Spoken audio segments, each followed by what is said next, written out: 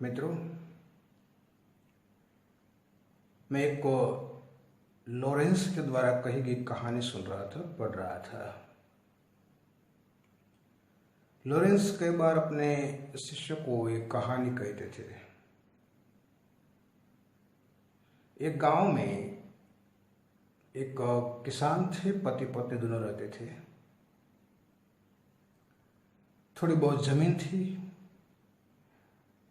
वहाँ वो कुछ फसल बोते थे और अपना निर्वाह करते थे। शाम को घर लौट आते थे। उसी गांव में एक जमींदार आदमी था जो बड़ी चालाकी से किसी की भी जमीन को ले लेते थे, और ये भोले भाले परिवार के साथ भी यही हुआ। दो ही थी, न बच्चे और कुछ नहीं थे परिवार में। उनकी जमीन उन लोगों ने छीन ली। शाम के वक्त दोनों बैठे थे। पति बोलते हैं कि देखो परमात्मा ने क्या कृपा की। जमीन थी तो फिक्र भी थी, क्या बोएंगी क्या नहीं बोएंगी।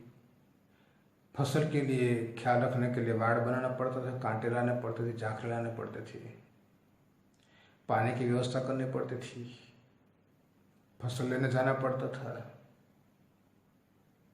परमात्मा ने बड़ी अच्छी रहम की कि हमसे सब छीन लिया। अब मेरे पास जो भी समय बचा है, हम उसी में रत होके अपना जीवन निर्वाह करेंगे। आजीविका की जरूरत पड़ेगी तो एक आध दो दिन काम कर लेंगे, फिर घर आ जाएंगे, फिर 2 दिन नहीं जाएंगे। जब खेत थी तो ज्यादा फिक्र था, अब खेत नहीं है तो फिक्र भी गई।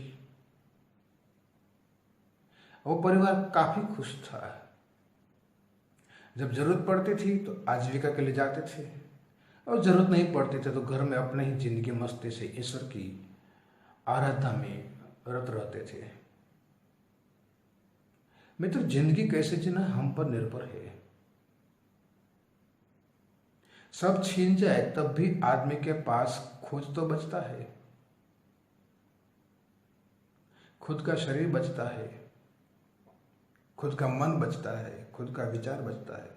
उसको कौन मार सकेगा।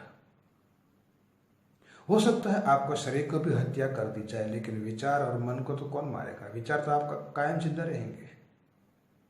आज भी कोई महापुरुष तो दुनिया से चल बसे, लेकिन उसका विचार तो आज भी चिरंजीवी है। महत्व की बात यह नहीं है कि हमारे पास क्या है। महत्व की बात यह है कि हमारे पास एक अति सुंदर मन है कि नहीं है, अति सुंदर विचार है कि नहीं है। अगर अति सुंदर मन और अति सुंदर विचार होगा तो अति सुंदर जीवन निर्मित हमें नहीं करना पड़ेगा, हो जाएगा। लेकिन हमारे पास वो नहीं होता है।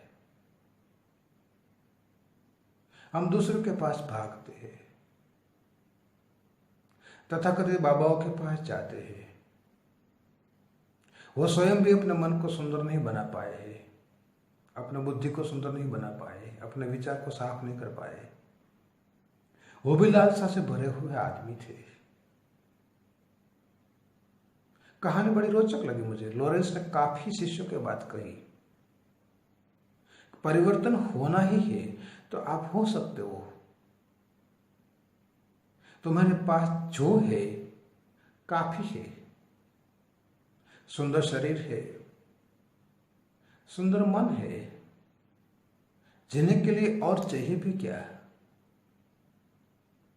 लोकेशना बात दूसरी है, लेकिन लोकेशना एक कोई जीवन नहीं है।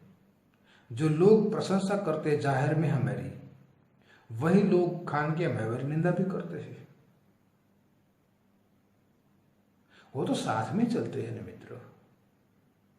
एक रस्सी के 2 छोर है।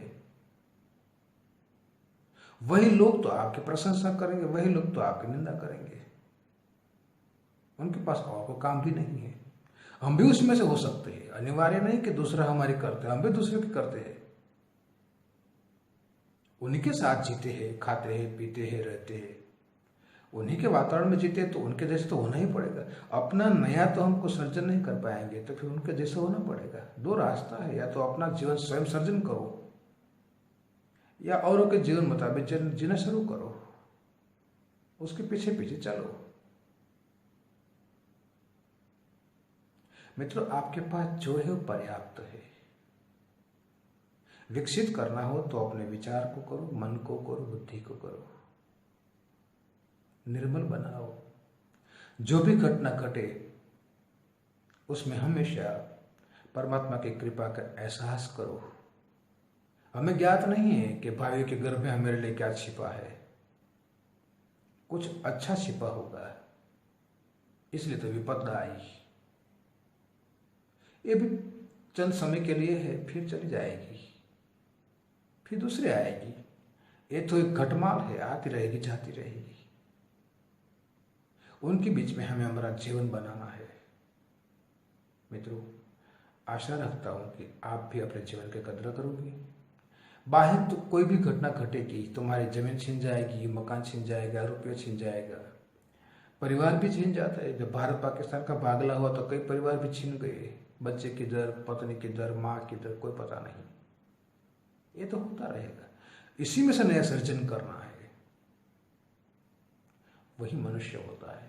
जो हार जाता है वो मनुष्य नहीं बन पाते। आपसे अपेक्षा रखता हूं कि आपके जीवन की कद्र करते हुए आप अपना जीवन ठीक से निर्मित करोगे। यही आशा से आपसे विदा लेता हूं।